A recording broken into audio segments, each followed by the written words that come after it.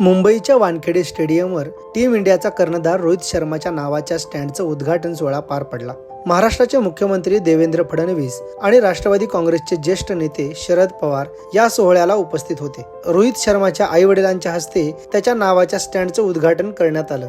या कार्यक्रमातला एक video social मीडियावर चांगलाच व्हायरल होत आहे। रोहित शर्माच्या नावाच्या स्टँडचं उद्घाटन होत असताना त्याची पत्नी रितिकाला अश्रू अनावर झाले। तसंच स्टँडचं उद्घाटन करण्यासाठी मुख्यमंत्री देवेंद्र फडणवीस यांनी रितिकाला स्टेजवर यायचा आग्रह केला। तेव्हा रितिका स्टेजवर आली। स्टेजवर ठेवण्यात आलेल्या लाल बजर दाबून स्टँडचं उद्घाटन करण्यात आलं। रोहित शर्माच्या आई आणि वडिलांनी हा लाल बजर दाबला, पण रितिका यापासून लांब राहिली।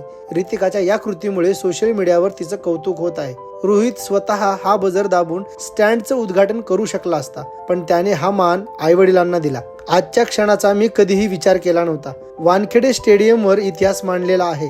माझं नाव या स्टँडवर आहे, हा सर्वोच्च सन्मान आहे। देशातील वरिष्ठ नेते उपस्थित आहेत। माझ्या कुटुंबासाठी हा महत्त्वाचा क्षण आणि स्पेशल दिवस आहे। मुंबई इंडियन्सची टीमही इकडे आहे, असं रोहित शर्मा त्याच्या स्टँडच्या उद्घाटनानंतर म्हणाला।